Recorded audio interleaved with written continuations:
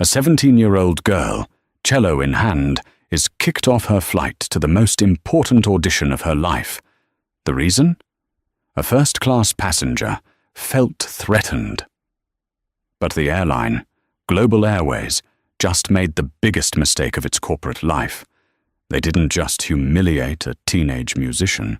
They humiliated the daughter of Marcus Washington. And in the next 60 minutes, every passenger on that plane, the entire airport, and the airline's CEO would learn exactly what happens when you cross the wrong family. Stick with us, because this isn't just a story of discrimination. It's a story of epic, billionaire-level karma. The air in John F. Kennedy International Airport's Terminal 4 was thick with a familiar cocktail of anxiety. Stale Cinnabon, jet fuel, and the unspoken tension of 1,000 people trying to be somewhere else.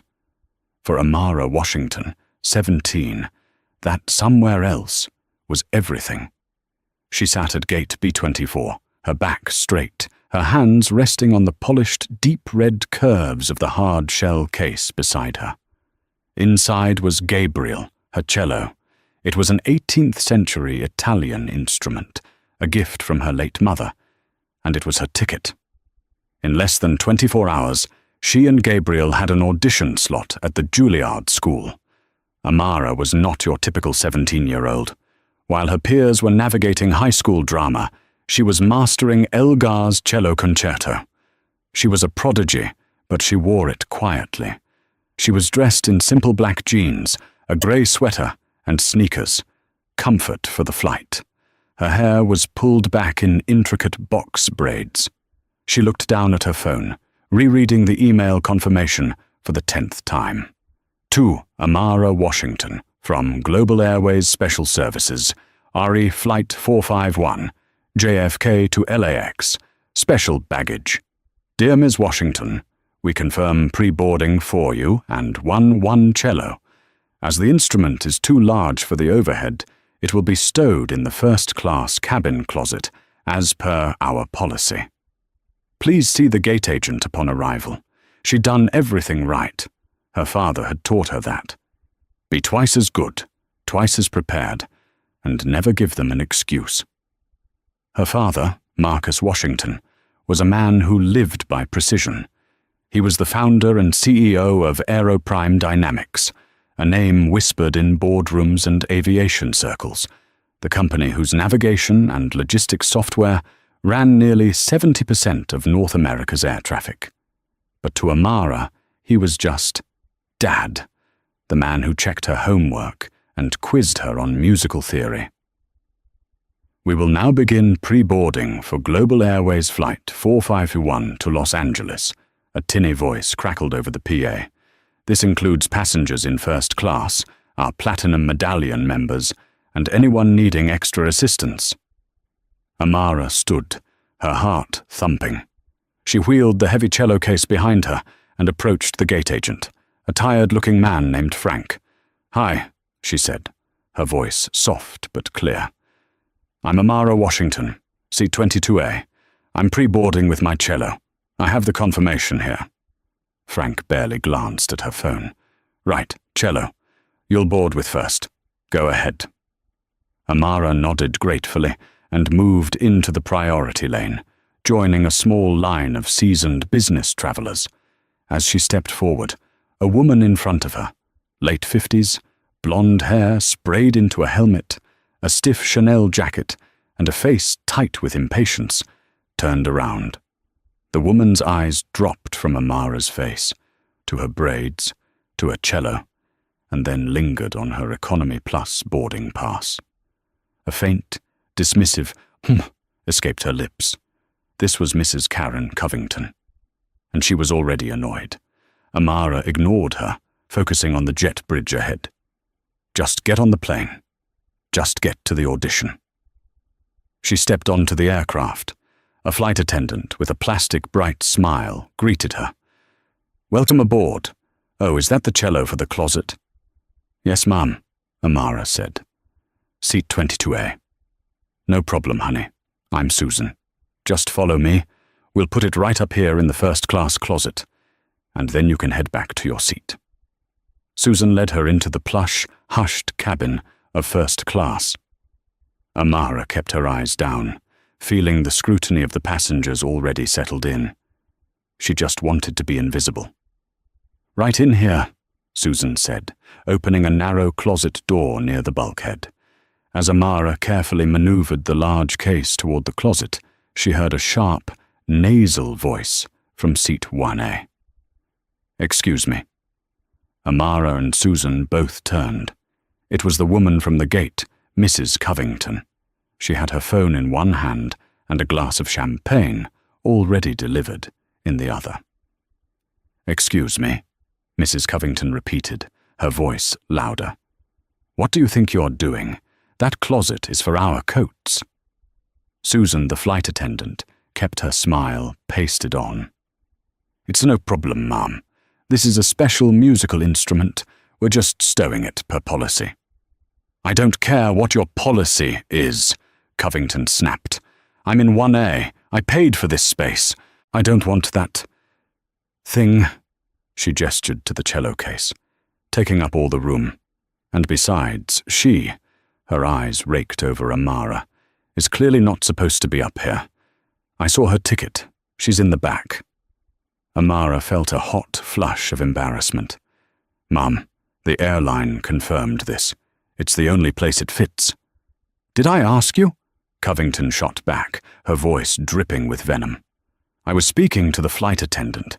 Your people are always trying to bend the rules. This is first class. It's for first-class passengers." The coded language hung in the air, heavy and toxic. "Your people." Susan, the flight attendant, now looked stressed. The smile was gone. The plane was boarding, and she had an irate, high-status passenger. She looked from the immovable Mrs. Covington to the quiet 17-year-old girl. She made a choice. "Mum," Susan said, turning to Amara, "I'm sorry, but this passenger is right. This space is limited. I don't think we can store this here." Amara's blood ran cold. "What?" "But the email. Your airline promised me. It's my audition. I can't check it. It will be destroyed." "Then you should have bought a seat for it," Covington sneered, taking a sip of her champagne. "I need you to step back into the galley, please," Susan said to Amara, her voice now firm, treating Amara as the problem. "You're blocking the aisle." "But where will it go?" Amara pleaded, her voice starting to shake. "We can try to find space in the back, or we'll have to gate check it." "No!" Amara's voice was sharper now, panicked. "You can't gate check this. This instrument is priceless. Your policy said—" "Mom, if you raise your voice," Susan warned, "we'll have a problem." I'm just trying to explain." "She's being aggressive," Mrs. Covington said loudly, leaning into the aisle. "Susan, she's being very aggressive. I have to say, I'm starting to feel threatened. She's agitated. I don't feel safe with her on this plane." That was the kill shot, the magic words. Aggressive, threatened, unsafe. Susan's eyes hardened. She grabbed her internal handset. "I need the purser at the front galley. Now, we have a non-compliant passenger." Amara stared, her mind reeling. "Non-compliant? I'm just trying to board the plane." But the machine had started. The narrative was set. A black girl, an aggressive tone, a threatened white woman in first class. Amara Washington, the girl who had never broken a rule in her life, was no longer a musician. She was a problem, and she was about to find out just how quickly her entire world could be taken away. The purser, a man named Gary, arrived with the gate agent, Frank, trailing behind him. The atmosphere in the front galley, once just a busy boarding area, was now a courtroom. Mrs. Covington, from her throne in 1A, was holding court. "And I'm telling you, Gary," she was saying, her voice a theatrical whisper that carried through the cabin. She became irate. She pushed her way up here, demanded space, and when I simply pointed out that this was the first-class cabin, she became aggressive. Frankly, I think she's unstable. Look at her. All eyes turned to Amara. She was standing frozen, her hand still on her cello case, tears of pure, unadulterated frustration welling in her eyes. The tears only served to confirm Covington's narrative. Unstable. "Ma'am," Gary, the purser, said to Amara, his voice devoid of any warmth. He was a manager, and he was managing a problem. "We have a report that you are causing a disturbance and refusing to follow crew instructions." "That's not true," Amara said, her voice trembling, which she hated. It made her sound weak. "I was just trying to store my cello. Your airline emailed me. I have it on my phone. It says I can use the closet." She fumbled for her phone, her hands shaking. Mrs. Covington scoffed. "Oh, please, anyone can forge an email. I'm a Platinum Medallion member, Gary. I spend over $100,000 a year with Global Airways. Are you going to believe me? Or a teenager in coach who is clearly trying to sneak her way into our cabin?"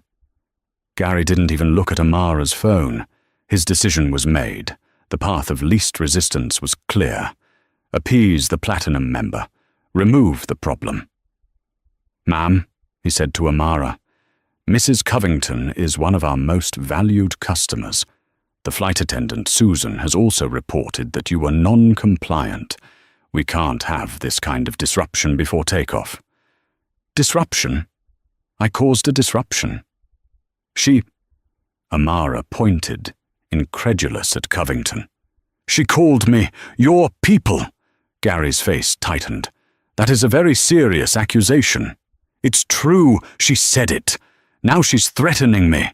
Covington gasped, putting a hand to her chest. "She's unstable and she's threatening a passenger. I want her off this plane. I am telling you, as a loyal customer, I will not fly with that person on board. Either she goes or I go."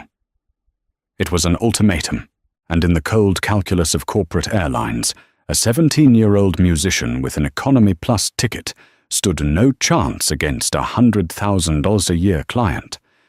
"Ma'am," Gary said, his voice final, "I am going to have to ask you to deplane. We will rebook you on a later flight." The words hit Amara like a physical blow. "Deplane? You're kicking me off? For this?" "I have an audition. I can't be on a later flight. I'll miss it. This is my whole life." "That is not our concern," Gary said coldly. "Frank, please escort the passenger back to the terminal." Frank, the gate agent, looked uncomfortable, but he put a hand on her arm. "Miss, please, let's go." Amara looked around, desperate. The other first-class passengers were pointedly looking at their phones or out the window. A few people in the economy cabin behind her were filming, their faces blank. No one spoke up.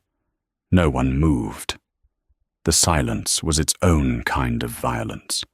"I didn't do anything," she whispered, the tears now flowing freely. It was the humiliation that broke her. She was being marched off a plane like a criminal. "You need to take your bag. And the cello," Gary said, gesturing to it with distaste. Amara gripped the handle of the cello case, her knuckles white. She held her head as high as she could, her back rigid, and allowed Frank to lead her down the narrow aisle. It was the longest walk of her life. Every eye was on her. She could hear Mrs. Covington say, just as she was leaving, "Good riddance. Such a scene. People are so entitled." She stepped off the jet bridge and into the terminal. The door to the plane clicked shut behind her. She stood there, shaking, in the middle of the bustling gate area, completely alone. Flight 451, her flight, her future, was on the other side of that door. She watched through the window as the ground crew pulled the jet bridge away. For a full minute, she was paralyzed. Then, the training kicked in, her father's voice in her head. "When you hit a wall, Don't panic. Analyze. Find a new path. And call me. She pulled out her phone. Her hands were trembling so badly she could barely unlock it. She found his name. Dad. He picked up on the second ring. Hey, sweetheart, you boarding now? I'm just about to walk into the... Dad! She choked out, and the sound of her own voice, so broken, made her sob. The billion-dollar deal, the boardroom, everything on Marcus Washington's end vanished. His voice went from CEO to father in a nanosecond. It was cold, sharp, and terrifyingly calm. Amara, what happened? Talk to me.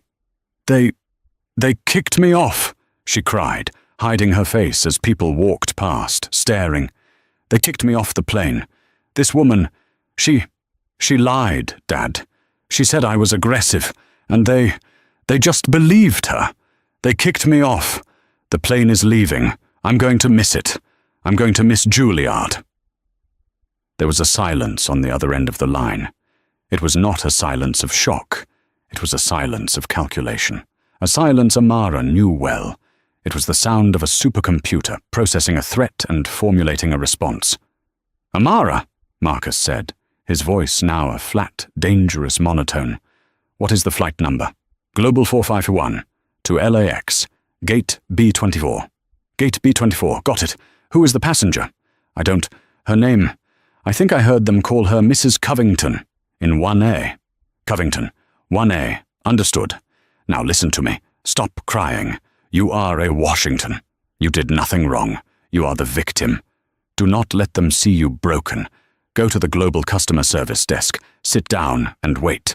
Do not talk to anyone else. Do you understand? Yes, Dad. I am on my way. I will handle this. Dad, the plane it's already pushing back. It's too late. A sound that was almost a laugh, but held no humor, came through the phone. Honey, Marcus Washington said, it's not too late. They just think it is. Now go. I have to make a few calls. Amara hung up, wiped her eyes, and walked, with as much dignity as she could muster, toward the customer service desk. On the 80th floor of the Era Prime building in Manhattan, Marcus Washington disconnected the call. He turned to his executive board, who were all staring, waiting to close the $50 billion merger on the table. Gentlemen, Marcus said, his voice echoing in the silent room. You'll have to excuse me. A competitor has just made a hostile move. This meeting is over. He walked out of the room, pulling out his personal phone. He didn't call Global Airways. He didn't call their complaints department. He called David Chen, the chief pilot of his personal aviation fleet. David, Marcus said, where is the Gulf Stream? On the ground at Teterboro, Mr. Washington. Ready to go. Good. File a new flight plan. Teterboro to JFK. I want you wheels up in 10 minutes. To JFK, sir? Not from it? That's correct. And David, when you get to JFK, you're not going to the private hangar. You're going to Taxiway Kilo. You are to position yourself directly in front of whatever's at Gate B24, and you are to hold that position. Do not move for anyone. Not the tower, not the FAA, not God himself, until you hear from me. Is that clear? There was a beat of stunned silence. Sir, that's Taxiway Kilo. That's the active path for the 31L runway. That will shut down the entire B concourse. I am aware of that, David. I am counting on it. I'll be there in 20 minutes. Taxiway Kilo at JFK is one of the main arteries of the airport. It is the primary route that aircraft from the B concourse in Terminal 4 use to get to runway 31L, the workhorse of the entire airport. At 5:30 p.m. on a Tuesday, it was a conveyor belt of multi-ton aircraft. On board Global Flight 451, the engines whined to life. Mrs. Karen Covington settled back into seat 1A, a fresh glass of champagne in her hand. She had already posted to her private Facebook group. You simply will not believe the riffraff Global is letting on board these days. Had to have a girl removed. So aggressive. Thankfully the crew was competent. Some people just don't belong in polite society. The pilot, Captain Mark Reynolds, came on the PA. Flight attendants, please prepare for departure. Cabin, we are now pushing back. We're number 3 for takeoff, so we should be in the air in about 15 minutes. Flight time to Los Angeles is 5 hours and 40 minutes. The plane rolled backward, a smooth, powerful motion. It disconnected from the tug and began its slow, lumbering taxi toward the runway, joining the queue. From her seat, Mrs. Covington had a perfect view of the tarmac. She watched the other planes, bored. Meanwhile, at the Global Airways customer service desk, Amara sat on a hard plastic chair. A new manager, a man with a sweaty brow named Mr. Henderson, was handling her case. "Look, Ms. Washington," he was saying, typing furiously. "The purser's report is filed. It says you were disruptive and non-compliant. Now, as a gesture of goodwill, I can waive the rebooking fee. But the earliest I can get you to LAX is tomorrow at 7 a.m. You'll have to purchase a new ticket for the cello, as that seems to be the root of the problem." Amara just stared at him. "You're going to make me pay again?" "Those are the rules when a passenger is removed for cause," Henderson said, not looking up. "It wasn't for cause. The report says it was." His fingers clacked on the keyboard. He was the picture of bureaucratic indifference. Back on the tarmac, Captain Reynolds of Flight 451 was getting annoyed. The plane had stopped. They were third in line, but the line wasn't moving. "Tower, Global 451, he radioed. "We've been holding short of Kilo for 5 minutes. What's the hold-up?" The voice from the air traffic control tower came back, tight with stress. Global 451. Be advised, we have an unauthorized aircraft movement on Kilo. We're trying to make contact. Hold your position." "Unauthorized?" the co-pilot muttered. "What does that mean? A drone?" "I have no idea," Reynolds said. Then they saw it. Sleek, silent, and impossibly black, a Gulfstream G654-IR glided onto the taxiway from a side approach. It didn't slow down. It didn't taxi to a hangar. It taxied directly onto the center line of Kilo, perpendicular to the flow of traffic, and stopped. Its engines idled, a low, powerful hum that was pure, condensed power. It sat there, a $70 million shark blocking a pod of whales. The radio exploded. "November 1. Alpha Charlie," the tower controller snapped, his voice high. "You are on an active taxiway without clearance. You are instructed to move immediately. You are obstructing all traffic for 31L. The line of planes behind Global 451 and the 2 in front of it all ground to a halt. The entire beacon course was now frozen. A long, calm pause. Then, a new voice on the frequency. It was smooth, unhurried, and laced with steel. It was David Chen, Marcus Washington's pilot. "JFK Tower, this is November 1, Alpha Charlie. Apologies for the deviation. We are experiencing a ground operational issue, per the directive of our principal. We will be holding our position right here indefinitely. I suggest you reroute all traffic." "Reroute? We can't reroute the entire beacon course," the controller shrieked. "You move that aircraft now, or I will have Port Authority police on your wing in 60 seconds. "Negative, Tower," David replied, his voice still infuriatingly calm. "Port Authority is welcome to come. But I am under direct orders from Mr. Marcus Washington, and I can assure you, my ground operational issue is directly related to your Global Airways Flight 451. Currently number 3 in line." In the cockpit of Global 451, Captain Reynolds and his co-pilot stared at each other. "Marcus Washington?" the co-pilot whispered. as in Aeroprime Dynamics. Marcus Washington, the guy who owns the software we're using to talk to the tower right now? Captain Reynolds's blood turned to ice. He knew that name. Everyone in aviation knew that name.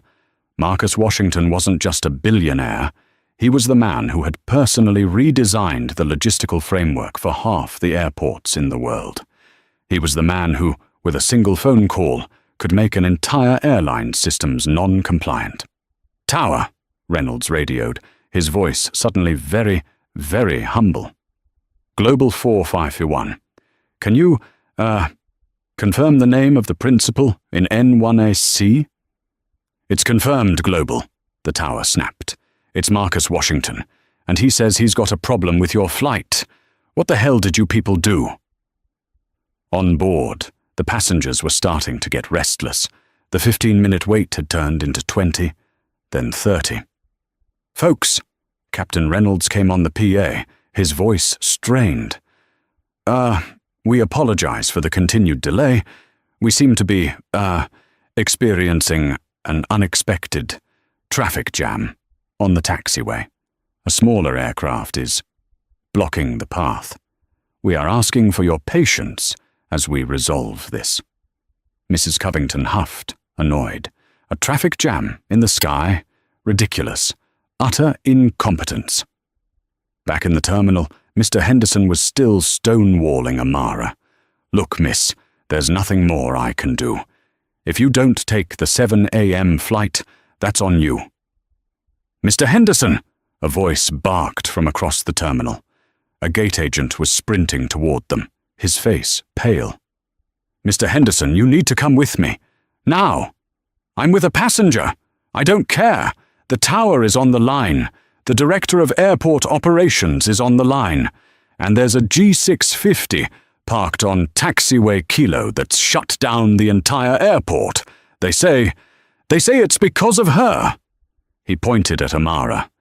Mr. Henderson's smug, bureaucratic mask shattered. He looked at Amara, truly looked at her for the first time. The simple clothes, the quiet demeanor. He had seen a problem. He had failed to see the power. "Huh?" he squeaked. Amara's phone buzzed. It was a text from her father. "Are you at the customer service desk?" She typed. "Yes, good. Don't move. I'm coming in. They're about to be very, very helpful." The main terminal doors slid open, flanked by 2 Port Authority police officers who now looked less like an escort and more like a panicked honor guard. Was Marcus Washington. He was not a large man, but he moved with an aura of absolute gravity. He was in a $20,000 bespoke suit, his face a mask of cold, controlled fury. He didn't run, he didn't shout. He walked directly to the customer service desk, his eyes locked on Amara. He ignored Mr. Henderson completely. He put his hands on Amara's shoulders. "Are you okay? Did they touch you?" "I'm okay, Dad. I'm okay." He kissed her on the forehead.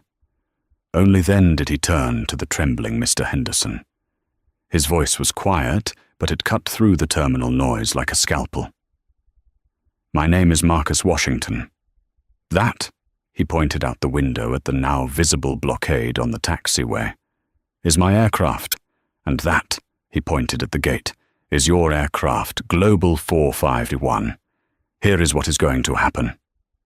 Henderson was wiping his face with a handkerchief. "Mr. Washington, sir, I assure you, this is a terrible misunderstanding." "You will stop talking," Marcus said. Henderson's mouth snapped shut. "1," Marcus continued, "your plane is not moving. It will sit on that tarmac until my pilot's flight plan to Los Angeles is approved, refueled, and ready. 2, my daughter will be joining me on my aircraft. 3, you will retrieve every single piece of her checked luggage from the belly of that plane. Now." But sir, the luggage is loaded. We can't." "You will unload it," Marcus commanded. "You have shut down an airport over a cello. You will now search a 767 for a suitcase. And 4, Marcus said, leaning in. You, personally, will go to that gate. You will board that plane. You will find the flight attendant named Susan and the passenger in 1A named Covington, and you will escort them both off the aircraft. They are not flying to Los Angeles today. Henderson's jaw dropped. Sir, I can't remove a platinum passenger. You can, Marcus said. And you will. Or, in approximately 10 minutes, my legal team will file an injunction against Global Airways for racial discrimination and a civil suit against this airport for breach of contract. And the Aeroprime software that is currently routing every piece of baggage and every flight plan you have, I'll turn it off. Your entire system will go dark. Am I clear? Henderson, shaking, just nodded. Good, Marcus said, turning his back on him. Now, Amara, let's go get your bags. The passengers on Global Flight 451 had moved from restless to mutinous. It had been 45 minutes. They were sitting on a stationary plane, and the pilot's traffic jam excuse was wearing thin. In the cockpit, Captain Reynolds was in a cold sweat, his headset pressed to his ear. He wasn't talking to the tower. He was talking to the Global Airways Director of Operations, who was patching in their emergency legal counsel. The news was not good. You're telling me, the lawyer on the phone seethed, that your crew ejected a 17-year-old girl with a pre-approved musical instrument because a platinum member felt threatened? And this girl is Marcus Washington's daughter? That's the report I'm getting from the purser, Reynolds said, shooting a murderous look toward the cabin. Mark, you need to understand the situation, the director said. Washington isn't bluffing. He will ground our fleet. He is the system. You have to fix this. Now. What do you want me to do?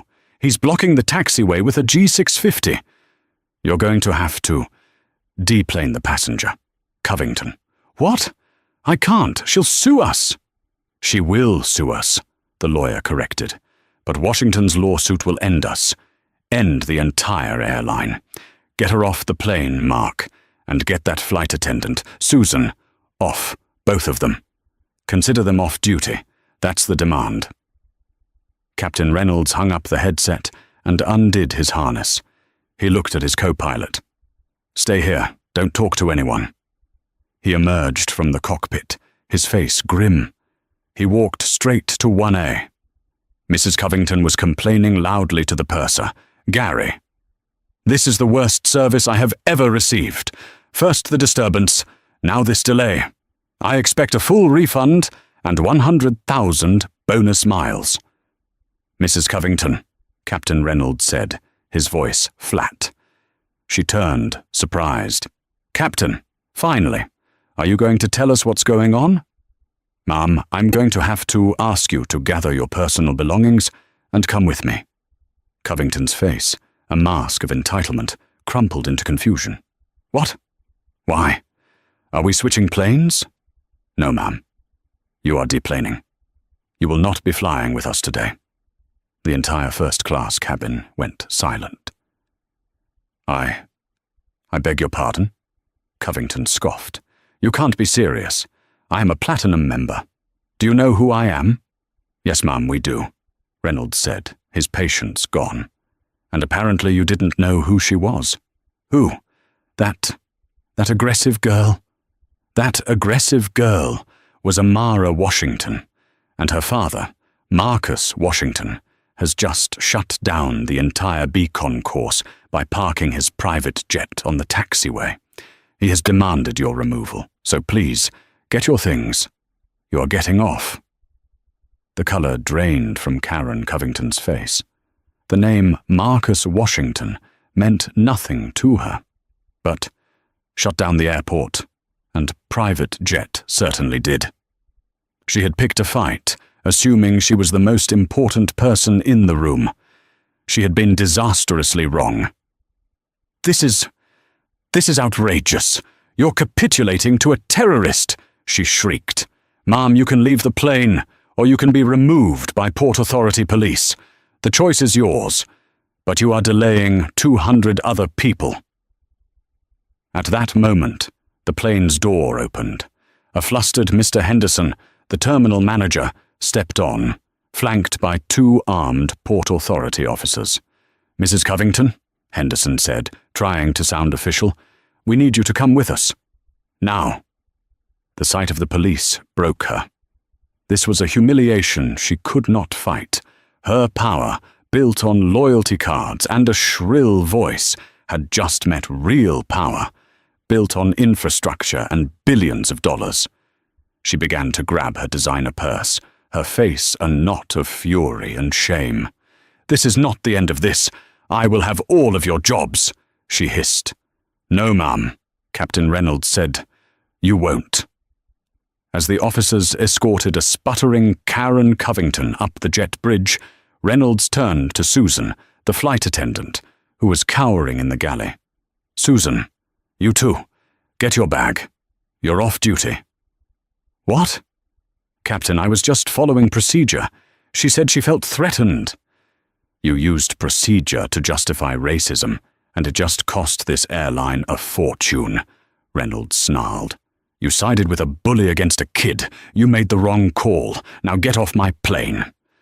Susan burst into tears, grabbing her rollerboard. Back in the terminal, Amara and Marcus watched the scene unfold. First, a red-faced, furious Karen Covington was marched into the terminal by the police. She looked over, saw Amara standing beside Marcus, and the realization hit her. She lunged. "You!" she screamed. "You did this! You little—" The police officers didn't let her get within 10 feet. "Ma'am, you need to keep moving." "Do you know what she did?" Covington yelled at the officers, at the terminal, at anyone. "She assaulted me. I'm the victim." But no one was listening. The narrative had been ripped from her control. She was no longer the threatened victim. She was the crazy lady being hauled out by police. Next came Susan, crying, pulling her bag. She saw Amara and just looked away, her face burning with shame. Mr. Henderson returned, sweating profusely. "Mr. Washington, sir, the passengers have been removed. We are retrieving your daughter's luggage from the hold as we speak." "Good," Marcus said. He looked at Amara. "See, a simple customer service issue." Amara wasn't smiling. She was watching Covington, who was now detained by the customer service desk, trying to rebook her own flight, only to be told her platinum status was under review, and all her flights had been cancelled. "Dad," Amara said quietly, "did you have to do all this? Shut everything down?" Marcus turned to her, his expression softening. He put a hand on her cheek. "Amara," he said, "I have spent my entire life building systems, building a company, building a name. I did it so that my family, so that you, would never, ever have to go through what my parents went through. So you would never be powerless." He gestured to the chaos, the grounded plane, the frantic managers, the weeping flight attendant. "Today, those people tried to make you powerless. They used their tiny bit of authority to crush you, just because they could. They didn't see a musician. They didn't see a 17-year-old girl. They saw what they wanted to see, and they decided you were less than." He looked her in the eye. "I didn't do this to be a bully, Amara. I did this to remind them, and to remind you, that you are not less than. You are more. When they use their power to push you down, you must use your power to remind them of the rules of gravity. What they did was wrong, and I will not, ever, let that stand. Not while I'm alive." A baggage handler ran up, pulling Amara's 2 suitcases and carefully her cello. "We have them, Mr. Washington. All accounted for." "Thank you," Marcus said. He handed the man a $100 bill. "Now, Mr. Henderson, I believe my pilot has just been cleared for takeoff." Henderson, on his phone, nodded. Yes, sir. The, ground operational issue seems to be resolved. Your plane is cleared for 31L. Wonderful, Marcus said. He took Amara's cello case. Let's go, sweetheart. You've got an audition to get to. The walk from the terminal to the black Gulf Stream was a study in contrasts. Amara had been marched through the terminal as a pariah. She was now escorted across the tarmac by the director of airport operations, who carried her suitcases for her. Captain Reynolds of Global 451, watching from his cockpit window, finally got the all clear from the tower. The sleek black jet had moved, taxiing gracefully toward the runway. His plane, now an hour and 20 minutes behind schedule, was cleared to follow. But the drama on board was just beginning. As soon as the seatbelt sign was off, the plane's Wi-Fi connected, and the videos, suppressed during the ground stop, hit the internet like a wildfire. It started with a passenger in seat 23B who had filmed the initial confrontation. The video was grainy, but the audio was crystal clear. Covington, your people are always trying to bend the rules. Amara, Ma'am, the airline confirmed this. Covington, I feel threatened. She's being very aggressive. Susan, the FA, Ma'am, if you raise your voice, we'll have a problem. The video was posted to TikTok with the caption, Global Airways flight attendant and Karen in 1A get black teen kicked off flight for having a cello. Within 10 minutes, it had 1 million views. A second video surfaced, filmed by a passenger at the gate, showing Amara being escorted off, crying. A third video, the best of all, was filmed from the window of Flight 451, showing the black G-Orgs 50 blocking the taxiway. The passenger, a tech blogger, had recognized the tail number. This is insane, the blogger narrated. We're stuck on the tarmac at JFK because Marcus Washington's private jet is blocking the runway. Rumor is, they kicked his daughter off our flight. Oh, my God.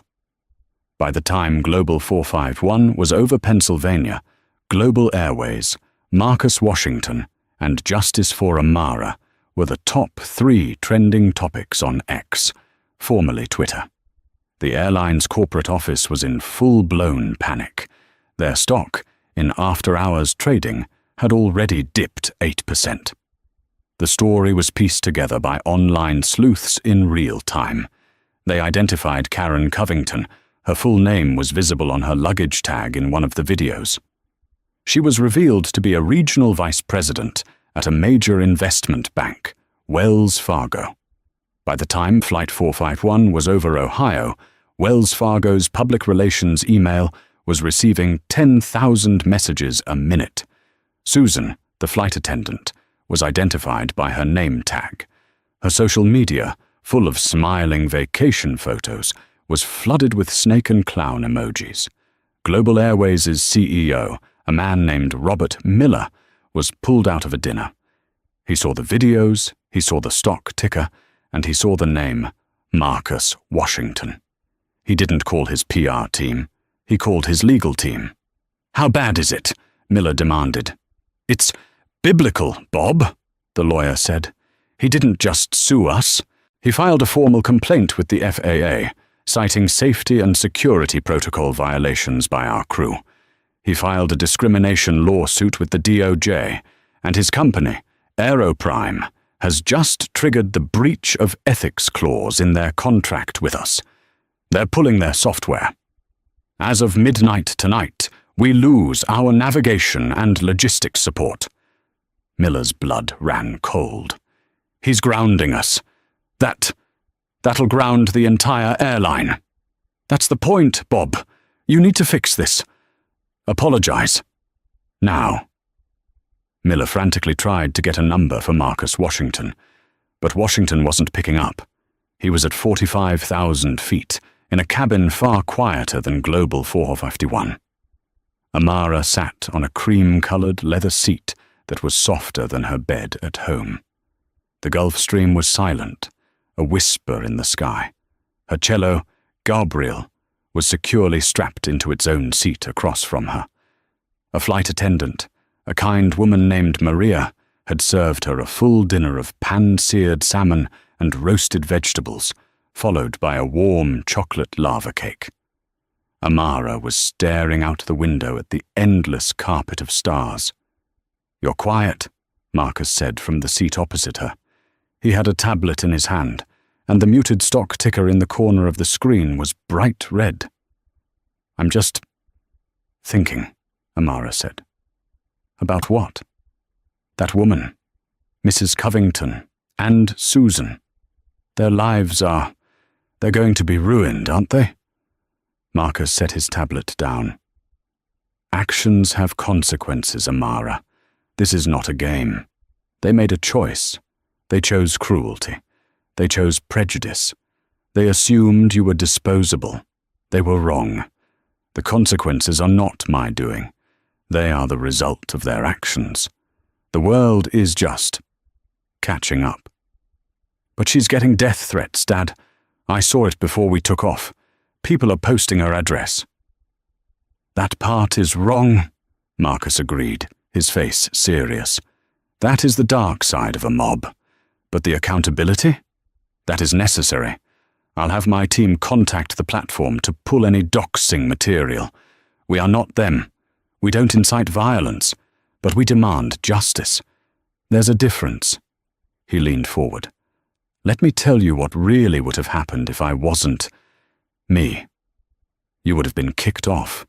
You would have been marked in their system as disruptive. You would have missed your audition. That failure, that no, would have been a scar on you for years. You would have been forced to pay for another flight. You would have been out thousands of dollars for the cello you should have bought a seat for. You would have been powerless. And they would have finished their champagne, landed in LA, and never thought about you again. That is the injustice I was fighting." Amara nodded slowly. "I know. I know. Thank you, Dad. I was just so scared." "I know," he said softly, "but you're not scared now. You're safe." "But I still missed it," she whispered, the reality finally sinking in. "Even with all this, the audition slot was for 10 a.m. tomorrow. We won't even land until midnight. It's over." Marcus Washington smiled. A slow, genuine smile. "Oh, sweetheart," he said, picking up his phone. "You're thinking like they do. You're still playing by their rules. You think I went to all this trouble to let you miss the audition?" He hit a number on his speed dial. "Dad, who are you calling? It's 10 p.m. in New York." The phone picked up. "David?" Marcus said. "You're on with Marcus." Amara's eyes went wide. "David? As in David Lieberman? The president of Juilliard?" "Hey, Marcus," a cheerful voice came through the speakerphone. "I heard you were redesigning the New York skyline, or at least the taxiways. Good to hear from you. What's going on?" "David, my apologies for the late call," Marcus said. "I'm on my way to LA with my daughter, Amara. She's the cellist I told you about." "Oh, yes. The Elgar recording you sent me. Breathtaking. A true talent. She's auditioning tomorrow, isn't she?" "She was," Marcus said, his voice level. "She was the victim of a rather public and ugly incident on her flight. We're on my plane now, but she's missed her 10 a.m. slot." There was a pause. "An incident? Is she all right?" "She is now," Marcus said. "Good. Good. Well, we can't have that. A talent like that. No. Tell you what, I'm flying to LA tomorrow myself for the Philharmonic benefit. I land at 2 p.m. Can you have her at the Colburn School Auditorium at 4 p.m.? Amara gasped, her hands flying to her mouth. 4 p.m. would be perfect, David. Thank you. Don't thank me. Thank her. The recording was all I needed. This is just a formality. And Marcus, give Global Airways hell from me. Good night." The line clicked off. Marcus looked at his daughter, whose eyes were shining with tears, but this time they were not tears of fear. "You see, Amara," he said, "you never, ever let them make you miss your audition. You just find a different stage." When Global Airways Flight 451 landed at LAX 2 hours late, it was met by a phalanx of news crews. The passengers, already furious about the delay, were swarmed with microphones the moment they entered the terminal. "What happened on that plane? Did you see the girl get kicked off? Is it true Marcus Washington shut down JFK?" The airline had no comment, but the passengers did. "It was disgusting," one man said to a local news camera. "That woman in 1A, Covington, she was awful. The girl did nothing. The flight attendant just folded. It was a total abuse of power." The online fallout was a nuclear winter for the antagonists. By 9 a.m. the next morning, Wells Fargo had released a statement. "We have been made aware of an incident involving one of our employees. The behavior in the video is deeply disturbing and does not align with our company's values of diversity and inclusion. Ms. Karen Covington is no longer employed by Wells Fargo, effective immediately." By 10 a.m., Global Airways' stock had dropped a catastrophic 22%. The CIO, Robert Miller, had been forced to schedule an emergency press conference. He stood at a podium, his face ashen. "Global Airways offers its deepest, most sincere apologies to Ms. Amara Washington. We have failed her. This incident was a result of a catastrophic failure of our policies and a shocking lack of judgment from our crew. The employees involved, including the purser and flight attendant, have been terminated. We have launched a full, root and branch investigation. We are attempting to contact Mr. Washington to offer our personal apologies and compensation." A reporter shouted, "Is it true Aeroprime Dynamics has terminated your contract? Can your airline even fly tomorrow?" Miller visibly flinched. "We are in active negotiations with Mr. Washington's company." Meanwhile, at the Colburn School in downtown Los Angeles, Amara Washington was not watching the news. She was on a stage, under a single spotlight, her cello resting against her. In the 2,000-seat auditorium, there were only 2 people: her father, Marcus, in the 10th row, and David Lieberman, the president of Juilliard, in the 5th. "No need to be nervous, Amara," Lieberman said, his voice warm. "Just play what you love." Amara closed her eyes. She took a deep breath, shutting out the plane, the airport, Mrs. Covington, the shame. She shut out everything except the music. And then she played. She played Bach, she played Elgar, she played a modern, frantic piece by a composer her mother had loved. The music filled the hall, a sound so rich and full of life it was almost tangible. It was a sound of sorrow, of anger, and finally, of transcendent triumph. When the last note faded, there was a long, ringing silence. Marcus Washington was weeping silently, a proud, broken smile on his face. David Lieberman stood up. He didn't just applaud. He was beaming. "Well," Lieberman said, "I have auditioned over 5,000 musicians in my career. That was not an audition, Miss Washington. That was a performance." He walked toward the stage. "The 10 a.m. slot tomorrow was for a general scholarship. That's not for you." Amara's heart sank. "It's not for me." "That's for people who are merely good," Lieberman continued. "The David Rubenstein Scholarship, our top prize, full tuition, room, board, and a stipend, is by invitation only. And Ms. Washington, I am personally inviting you. Welcome to Juilliard." Amara stood up, her legs shaking, as the president of Juilliard, one of the most powerful men in the world of classical music, extended his hand. Later that evening, Marcus and Amara were on the tarmac at LAX, walking back toward the G650 to fly home. Marcus's phone buzzed. It was a text from an unknown number. Mr. Washington, my name is Robert Miller, CEO of Global Airways. I am begging you for 5 minutes of your time. Your contract, we are grounded. You're going to put 50,000 people out of work. Please, what can we do? What do you want? Marcus looked at the text. He looked at Amara, who was walking ahead, her cello case on her back, her face turned up toward the sky. She looked free. He typed a reply. Mr. Miller, what I wanted was for your crew to treat my daughter with basic human dignity. What I want now is for you to fund a $50 million scholarship endowment for underprivileged musicians to be administered by the Juilliard School. You will also implement a mandatory, company-wide de-escalation and racial bias training program to be designed and audited by a third-party firm, my firm. Do that, and Aero Prime will consider reinstating your software on a probationary basis.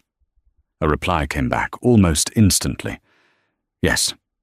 Thank you. Yes. Marcus put his phone away and quickened his pace to catch up with his daughter. He put his arm around her. Ready to go home, superstar? I'm ready, Dad. As they boarded the jet, Amara looked back. At the next terminal, a Global Airways 797, the same type of plane she had been kicked off, was boarding. It was flying on time. The system was working again. But for thousands of people, a shamed CEO, a fired flight attendant, a disgraced executive, and one newly minted Juilliard scholar, the world had been permanently and justly knocked off its axis. The story of Global Flight 451 became a legend in corporate and aviation circles, a cautionary tale about the difference between rules and justice. The hard karma didn't just strike, it reset the entire board. For Karen Covington, fired from her high-paying job, she became a pariah. The nickname Tarmac Karen followed her everywhere. She was unemployable in the finance world, which runs on reputation. She filed a lawsuit against Global Airways for capitulating to a threat, but it was summarily dismissed. The airline's lawyers produced a file of over 24 prior complaints about her behavior toward staff. Her platinum status was not just revoked, she was banned from Global Airways for life. The last anyone heard, she had sold her Upper East Side apartment and moved to Florida, her social and professional life in ruins. For Susan the flight attendant and Gary the purser, both were fired for gross violation of company policy and failure to de-escalate. They tried to sue for wrongful termination. Marcus Washington's legal team countersued them personally for civil damages, including emotional distress and defamation against Amara. They quickly dropped their suit. Blacklisted by major carriers, they were forced to find work outside the industry they had built their lives in. For Mr. Henderson, the terminal manager, whose bureaucratic indifference was the final nail, was demoted. He was reassigned to baggage handling on the night shift. For Global Airways, the airline narrowly avoided bankruptcy. They paid the $50 million endowment, which became the Amara Washington Fund for Musical Excellence. Their new mandatory bias training, designed by Aero Prime's ethics division, became the new industry standard, eventually adopted by the FAA. Their CEO, Robert Miller, retired 6 months later. The airline survived, but it was forever humbled, a permanent scar on its reputation. And for Amara, she didn't just attend Juilliard. She thrived. Her story, which she never told herself, but which everyone knew, gave her a quiet gravity.